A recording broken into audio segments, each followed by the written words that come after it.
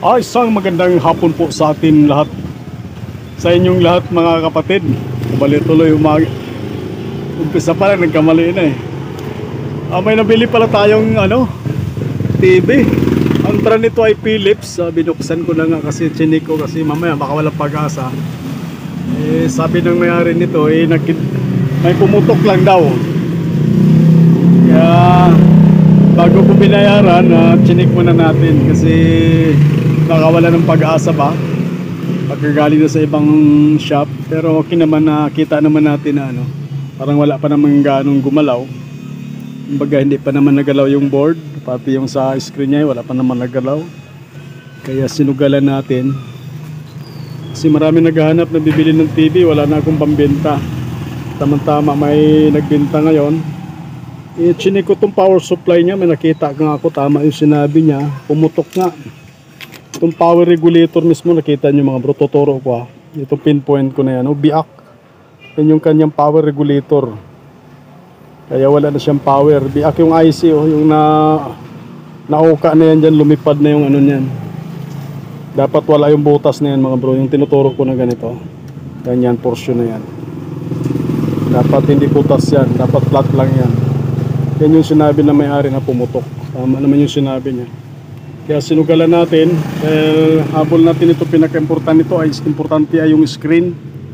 Kahit sira yung pinaka-board niya, importante yung pinaka-screen kumuo. Medyo magandang kitaan kasi pag nakagawa tayo ng palit screen.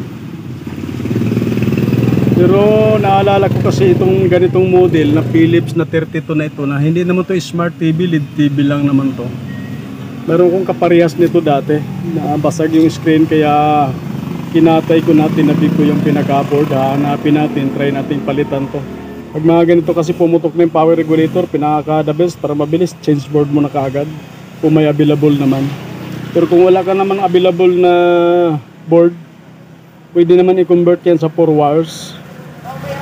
Kasi yung IC na yan, sira na talaga yan. Saka mahirap maghanap ng ganyang klaseng IC.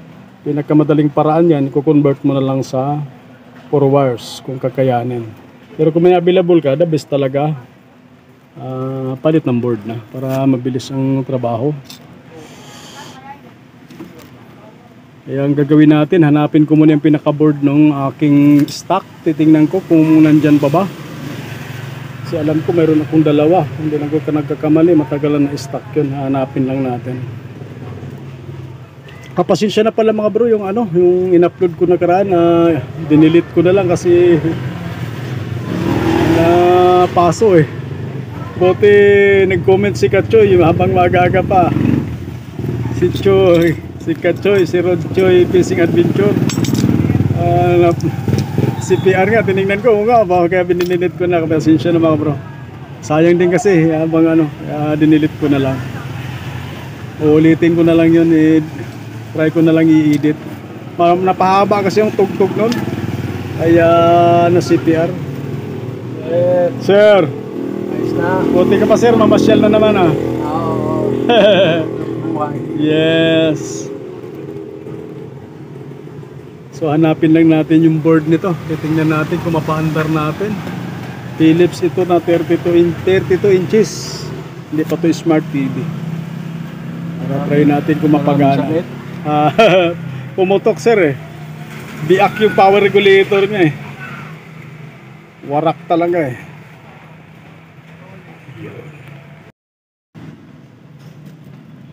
Ayan, magplasin na natin para magkaalaman kung may pag-asa pa ba.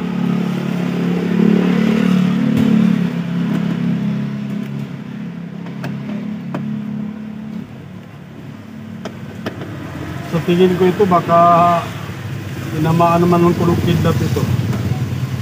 Ang ganitong klaseng talagang biak yung IC.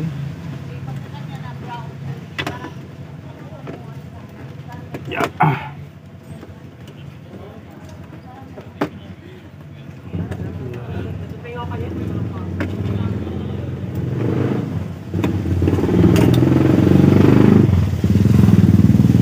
Ito na yun mga bro. Discharge lang natin dahil may karga yung filter. Napagat ako kanina. Ganito kasi biak yung IC, pumapasok pa rin yung filter. Sa filter yung voltahe, hindi ka agad-agad magdi-discharge. Sisira yung regulator niya. Yan. Kailangan hanapin natin yung kaparehas nito mga bro.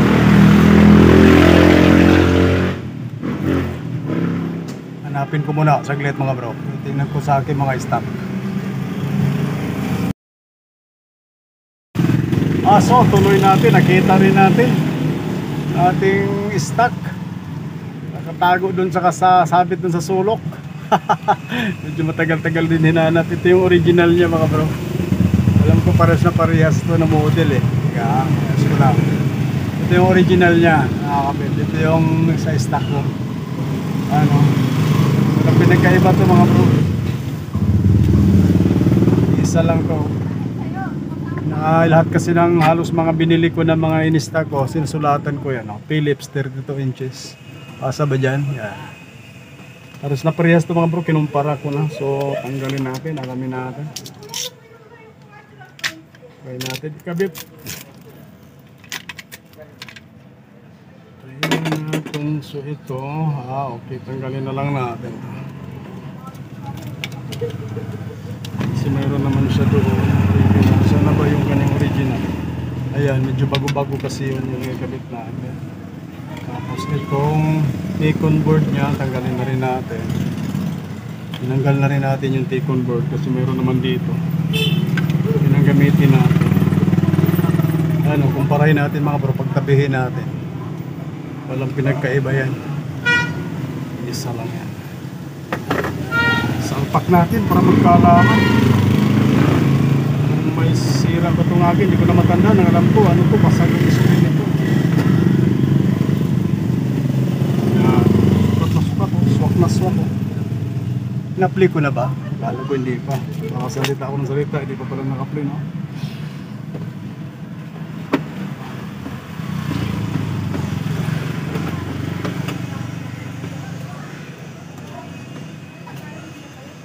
Shout out pala sa lahat ng ating mga kaibigan dyan sa YT World, mga datihan man, mga baguhan, shout out at maraming salamat sa inyong suporta palagi mga bro sa ating mga ina-upload na video, sa iyong panonood mga bro. Maraming salamat sa inyong patuloy na walang sawang suporta sa ating munting kubo. Sana maging mansyon balang araw. Balang araw no? Hindi tayo, libangan lang natin to. So, ano lang, magka-remembrance lang ba?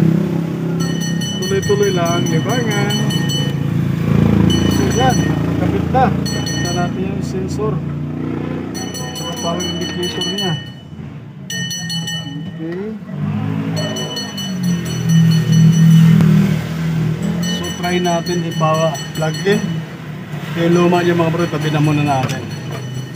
Baba mo ng takip niya.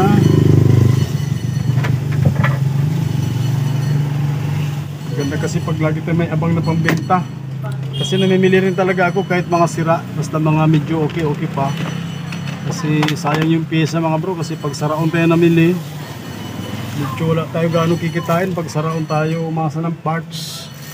Kasi mahal saraon. Pag may kapares tayo na parts, pag magpagawa o kaya may kailangan, at least medyo malaki-laki ang pambigas-bigas natin. Pambigas-bigas.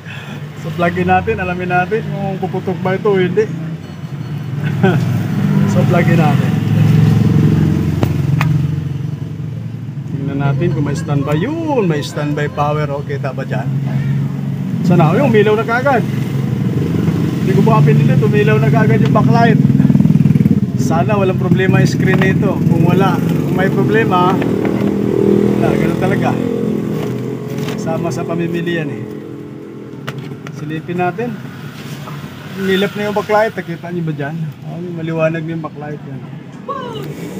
Silipin natin yung screen, sana mayroon na. Yun, may ganda pala talaga.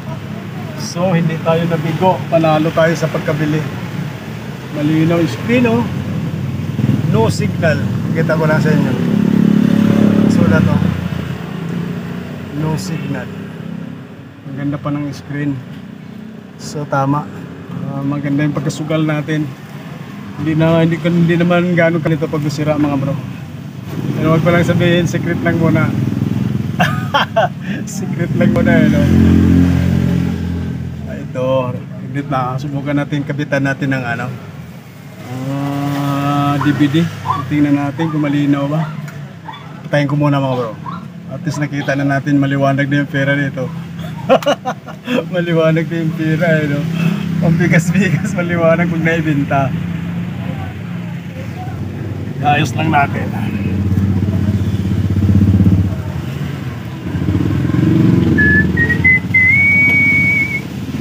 Kumbaga, hindi tayo bigo sa pagkabili natin. Doon pala po sa takip. Okay, lagyan lang natin yung takipan sa mangkala. At kaya bigla na namin tumigil yung mahiwagang kamera ko. Mahiwatig na talaga magpapalit na ng bago, wala pang pambili.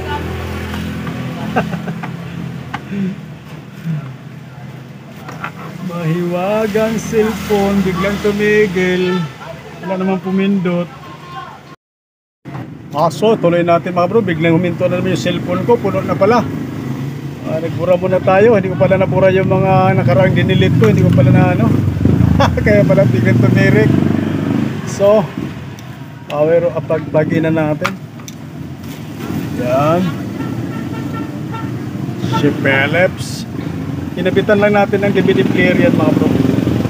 Swerte tayo sa ating nabili na TV ngayon. Ay, for sale na naman tayo.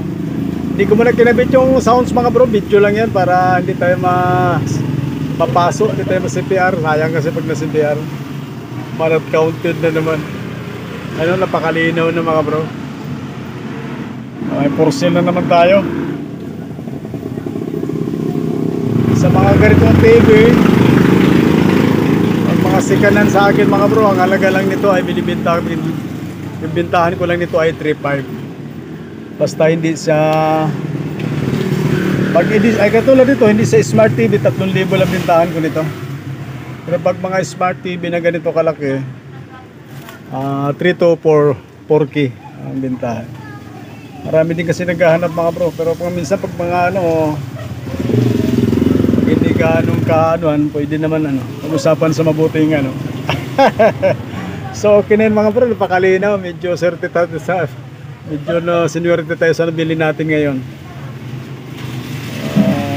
Sa bilihan naman kasi ng sirang ganito, hindi naman ganong kataasan.